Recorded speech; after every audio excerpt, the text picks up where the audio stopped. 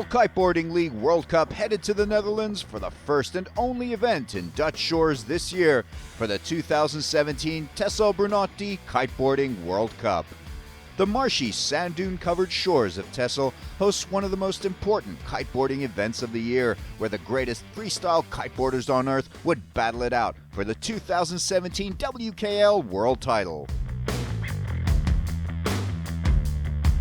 The natural beauty of Texel, with its distinctive geography and unique flora and fauna, makes it a popular destination for visitors from across the Netherlands and throughout Europe.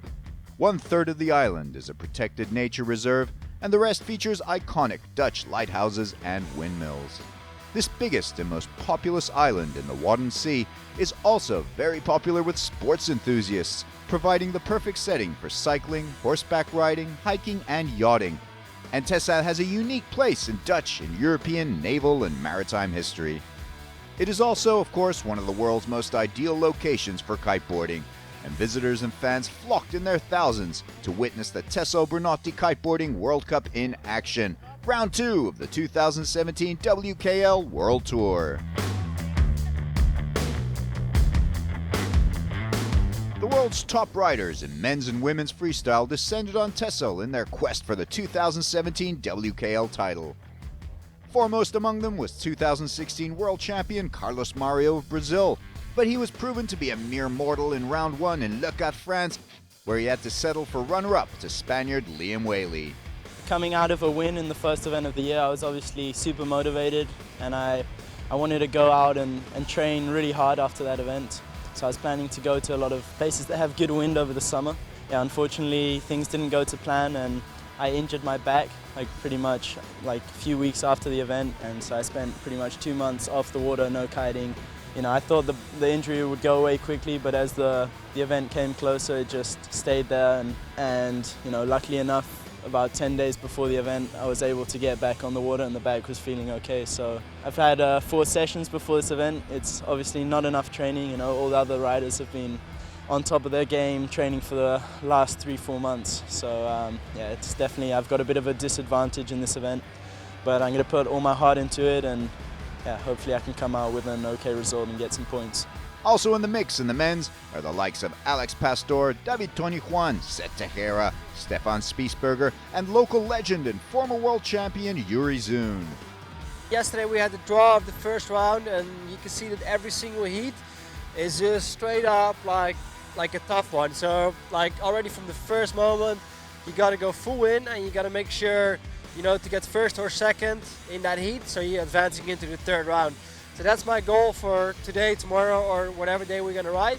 And of course, try to win the event.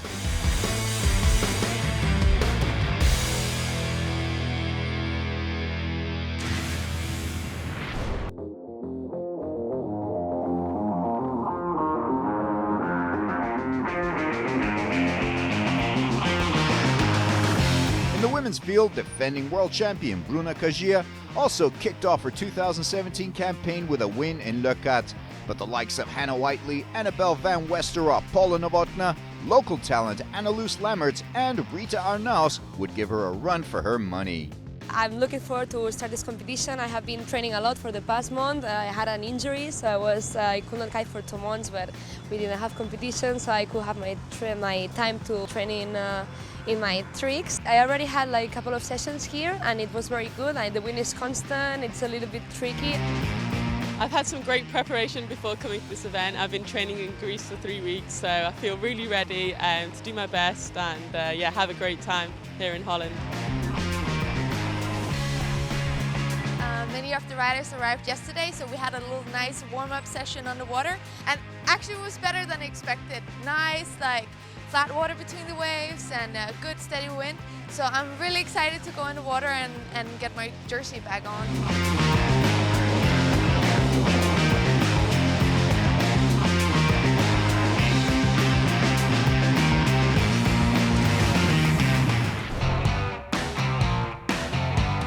First heat of round 1 of the Men's Elite League, it was a highly competitive lineup comprised of sensational big air masters Robinson Hilario and Adiori Corniel of the Dominican Republic, Filipino talent Christian Tio, Belgian Jerome Cleetons, Round 1 podium placer Set Teixeira of Brazil and former world champion and WKL heavyweight Alex Pastor of Spain. Filipino rider Christian Tio raises eyebrows right from the start with a 7-point double heart attack. Dominican rider Robinson Hilario goes out and does the exact same trick, scoring 6.47. His fellow Dominican Adiri Corniel gets the same score off a front blind mobe. It looks like this is going to be a tight heat. Belgian rider Jerome Cleetons is out next. The pressure is on. He does a KGB with a rough landing for 5.47. Brazilian ace Set Teixeira is out next. The Brazilian in fine form since last year. A backside 317 earns him a big 8.17 to shoot him into the lead. Last man out is former world champion Alex Pastor, but the Spaniard can't find the wind he was looking for and barely any points for him. On to the second tricks. This time Christian Tio crashes out while Robinson Hilario lands a decent slim 5 for 5.83. Adiri Corniel is upping the ante, however, laying down a solid double heart attack for a score of 7.17. Good result. Cleetons goes for the same trick for 6.83. The Belgian letting them know he's a contender. A 6.6 front blind mobe from Set Teixeira is followed by Alex Pastor. Can he make up for that first trick? But he crashes out on his second trick. His chances appear to be dwindling. Round 1 podium maker Teixeira goes out on his third trick and produces an excellent slim 7 for 7.47, making him the man to beat in this heat. Alex Pastor knows he needs to be flawless now to compete, and he pulls out a 6.7 back mobe 5 to his relief. Christian Tio feels the heat, knowing he has to start producing the big points if he's to make the top 2. And look at that, a 7.77 backside 317. That's just what he needed. But the fluctuating conditions meant that riders had to contend with low winds for tricks 4 and 5. The experienced Alex Pastor knew how to make the most of it, executing a stunning 7.93 KGB 5, signaling he was back in contention for the heat. Jerome Cleetons, on the other hand, struggled with the low winds, crashing out on his 4th, 5th, and 6th tricks, effectively ending his chances. Robinson Hilario had to start producing the big points too, but 2 crashes and 2 mediocre results meant he went into the final trick on the back heel. Set Teixeira also struggled, knowing he had the safety of those early big points, but unable to produce a single 5-pointer on his next 3 tricks. The man who knows how to turn fortune to his favor is Alex Pastor, and another 2 solid tricks, including a 6.57 backside 315, helps move him into second position for the heat. It was all down to the final tricks, and it was make or break for all 6 riders. Christian Tio crashed out, forfeiting his chance for a top 2 finish. Robinson Hilario got in a good front blind mobe, but the shaky landing denied him the big points he needed. Adiri Corniel still had a shot at the top 2, but he too is not comfortable with the low winds, and he makes do with a 5.5 score on his final backside 315. Although both Teixeira and Pastor also struggled with their final tricks, they were able to hold on for the top 2 positions to see themselves directly into round 3.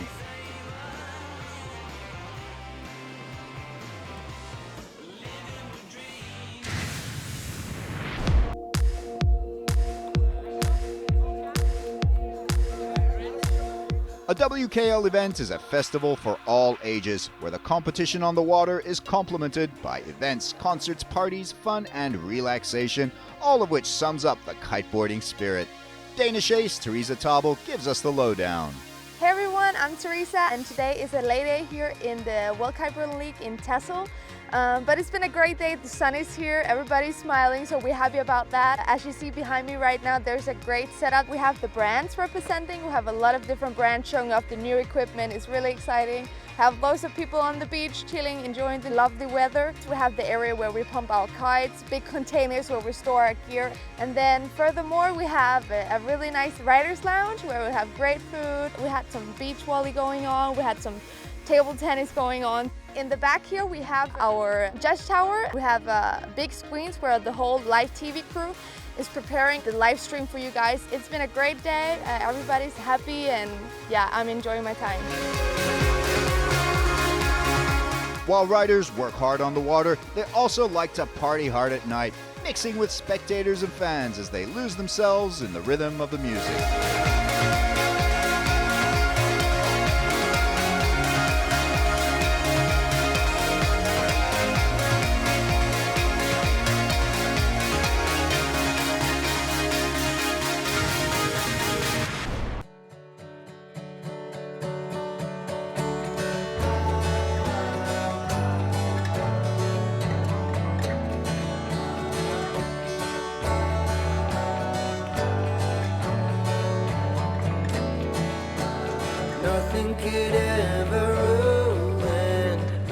Former world champion Yuri Zun is an iconic name in kiteboarding, not only an outstanding competitor but also an ambassador for the sport who had a fundamental role in establishing the World Kiteboarding League.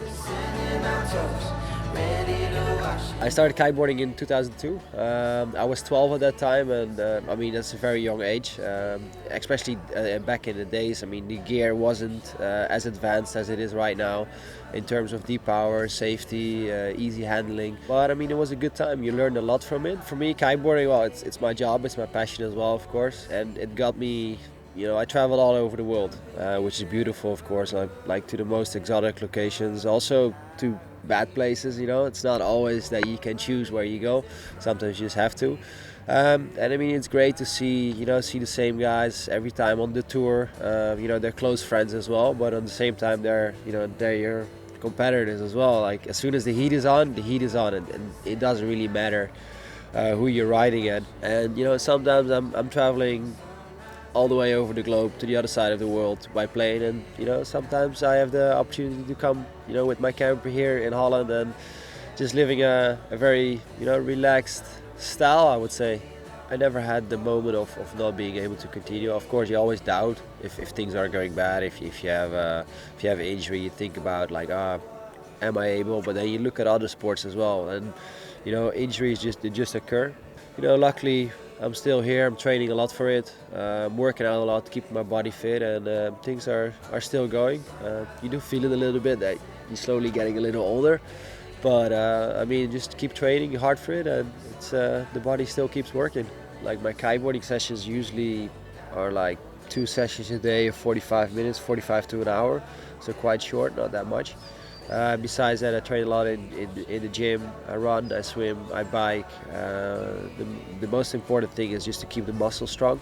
Yeah, the young guys nowadays, they're 16, 17, and their level is incredibly high.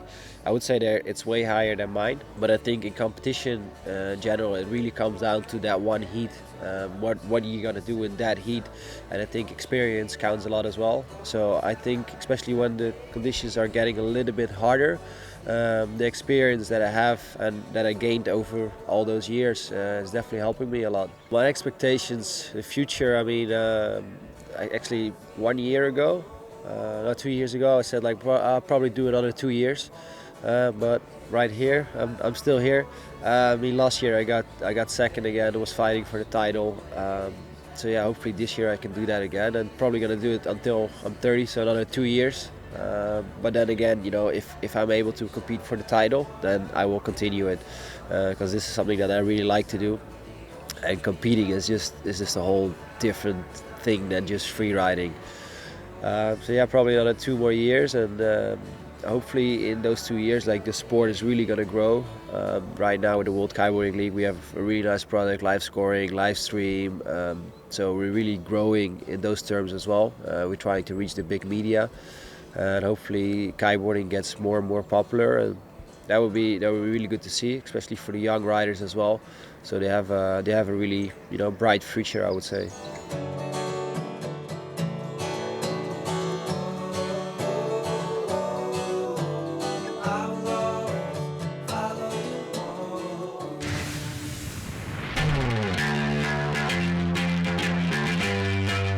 Heat 2 of the Men's Elite League Round 1 saw former champions competing against new championship talent, along with the winner of last year's Round 1, all in the same group.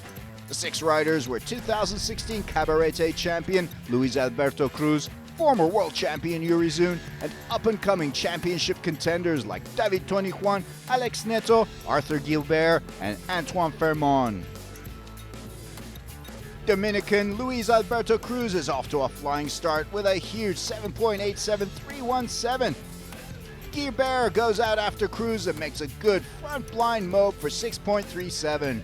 His fellow Frenchman Antoine Fairmont went for the same trick for a score of 6.4.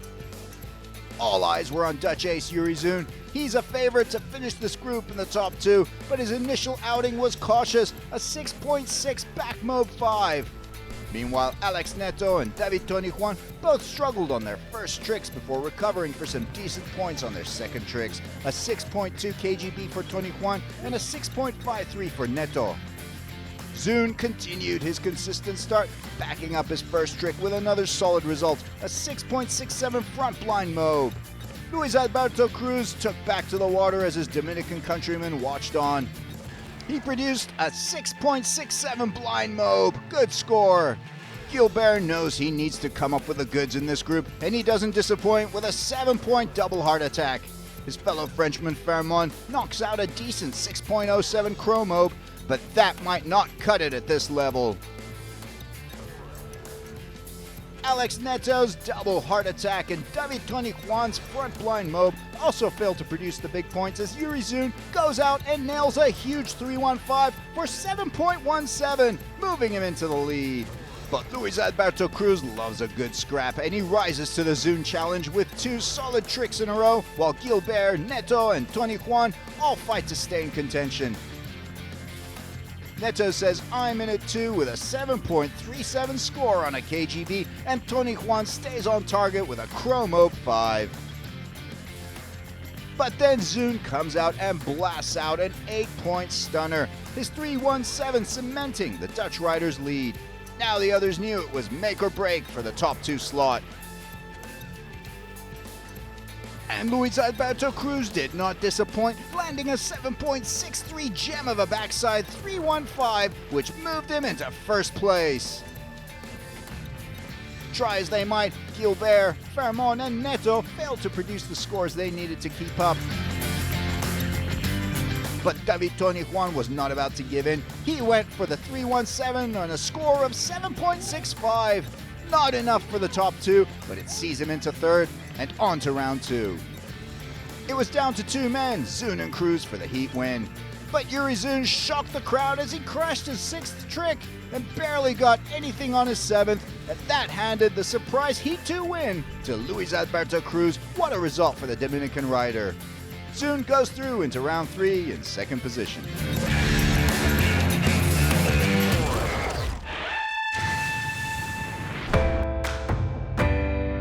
Proudly sporting the flags of the Netherlands and her native Aruba, Annabelle van Westerop tells us about her story from the beaches of the Caribbean to the top ranks of the freestyle kiteboarding world.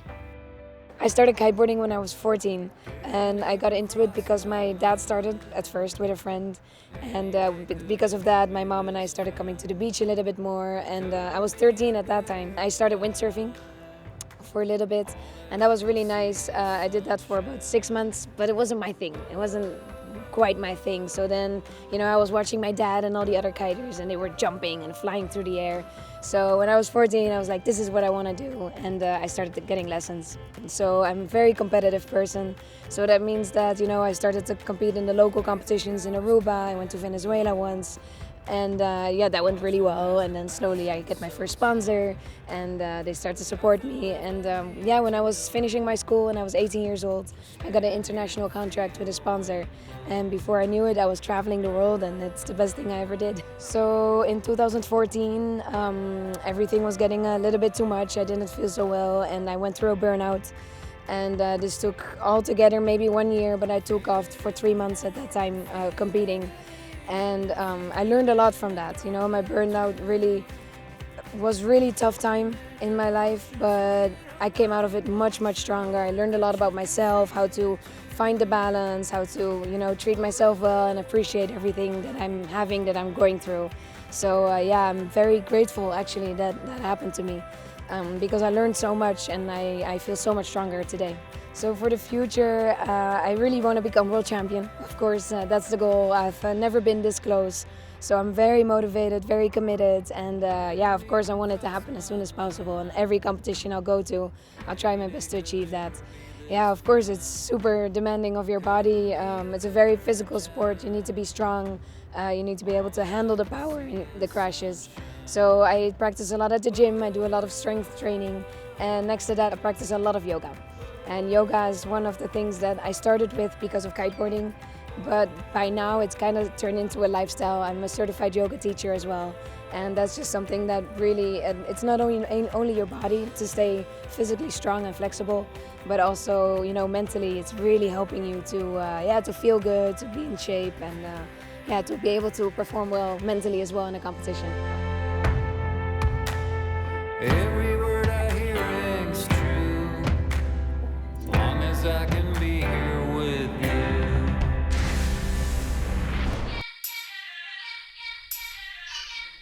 With the winds low, the kiteboarding brands got a chance to introduce their new technologies, products, and innovations. Alex Mays and Annaloes Lammerts gave us a rundown of their new equipment. I'm really passionate about gear, and I'm here to help the younger generation to make sure they do good tricks and to help them with the scores and everything. Every year boards are improving. Every year we have new materials. Sport is growing, so we have to make sure every year we come with better materials and that the boards are better and better every year. This year with the new CBL, like you have a very resistant base grind, so you can take the board to the cable or do your first unhook tricks with it. It's very nice board and easy. And we have, like this year, we have new sidewalls that are a little bit more resistant, so you'll be able to keep it like as long as possible. It comes in 142 or 139. It's very important when you're choosing your first board to not take a too small board. So you want to have like a little bit bigger board, so you'll be able to ride on like very easy at the beginning. Then I'm moving on to the Excalibur. It comes in wood and in carbon. So if you're riding on a little bit more choppy water, you should definitely go for the wood one. There's more flex and it's way easier and better for your knees. And if you want to like go on flat water, then you should definitely go for the carbon one. I'm going to walk you through the rest of our board lineup. Alex just told you something about our wake style board and freestyle board. And here we actually have the free ride lineup. I will start with the bottom one. It's a Spectrum. It's perfect if you start kiteboarding and you're looking to buy your first kiteboard. Very easy to go upwind and you will progress a lot with the board, learn to jump, and so on. The second one is a Tronic. This is really our best freeride board. You can like ride, like smash the waves with it. The shape is super fun. You can jump super high with it. This is the board I'm super excited about. It's a new girls board. We added it to our lineup again. It's the XL. It comes in two sizes, the 133 and the 136. It's an amazing board. We have channels for good grip. The flex is perfect. You still have a good pop, but at the same time it's really comfortable in shop. Really nice for soft landings. Make sure to pass by your local shop and try the board and see which board fits the best with your style.